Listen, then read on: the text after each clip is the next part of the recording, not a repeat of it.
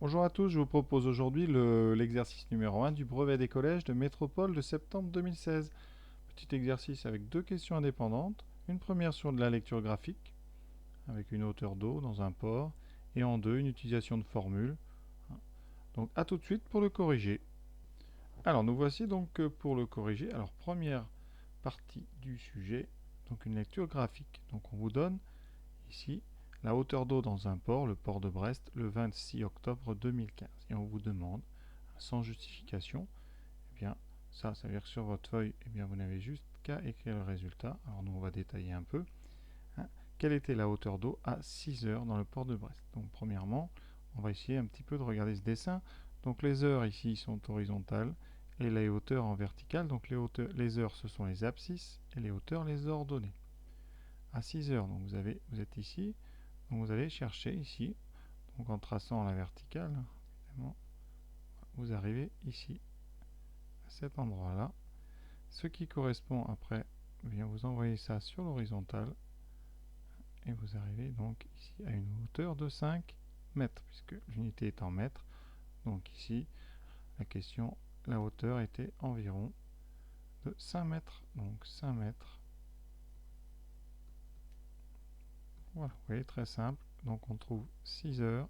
On va chercher le point qui correspond sur la courbe qui est donnée et ensuite on regarde la hauteur correspondante. Deuxième question, donc la B.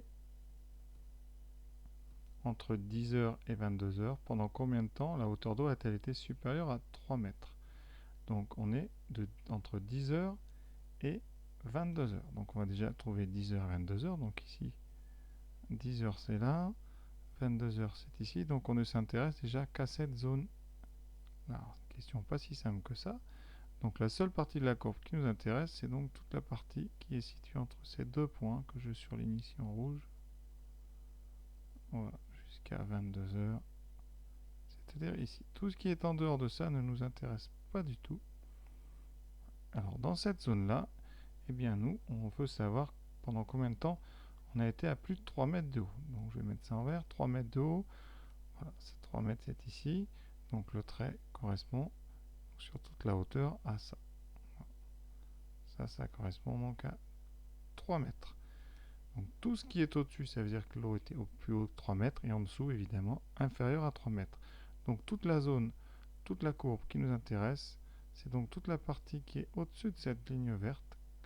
Donc c'est la partie ici que je colorie un petit peu en vert. Voilà. Pendant toute cette zone, vous avez une hauteur d'eau qui est supérieure à 3 mètres. Alors ça commence, eh bien, en regardant vers le bas, ça commence à midi et ça finit ici à 20 heures. Donc vous avez ici tout cet intervalle entre 12 heures et 20 heures où vous avez une hauteur d'eau supérieure à 3 mètres. Donc ici la réponse, alors c'est sans justification, ça en aurait mérité quand même, mais voilà. Vous répondez, donc pendant combien de temps? Pendant, eh bien, de 12 heures à 20 heures, vous avez 8 heures. Pour préciser, de 12 heures à 20 heures. Donc voilà notre première partie. Alors une question pas inintéressante parce qu'on vous force déjà à trouver un petit intervalle entre 10 et 22 et après à l'intérieur on essaie de répondre à la question. Donc on passe maintenant à la question 2.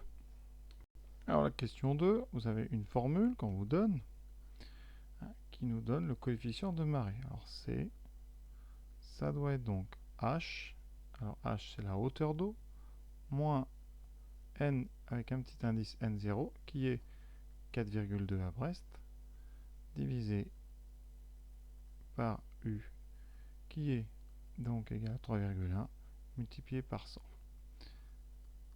D'accord. Et ensuite, on donne un résultat arrondi à l'entier. Puis on arrondit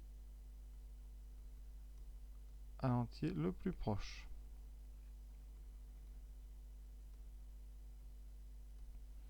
Alors, donc, première, on va donc calculer ce qui se passe de 26 octobre 2015. Alors, C va être égal à H. Donc ici, H, c'est hauteur d'eau maximale en mètres pendant la marée. Et là, on vous dit que c'est 7,4 mètres. Donc nous, on a H ici. Alors, je vais l'indiquer à côté. Hein, H est égal à 7,4. Donc là, vous aurez 7,4 moins N0 qui est donné, ça c'est 4,2, divisé par U qui est donné aussi 3,1 multiplié par 100 et on arrondira ensuite. On prend, pour l'instant on calcule à la main, donc 7 moins 4, 3, ça fait 3,2 sur 3,1 fois 100. Donc là on a besoin d'une petite calculatrice. Voilà, ça nous donne donc 3,2 divisé par 3,1, voilà, multiplié par 100 et on arrondit au plus proche, c'est-à-dire à 103. Donc coefficient de marée, eh bien c'est donc 103.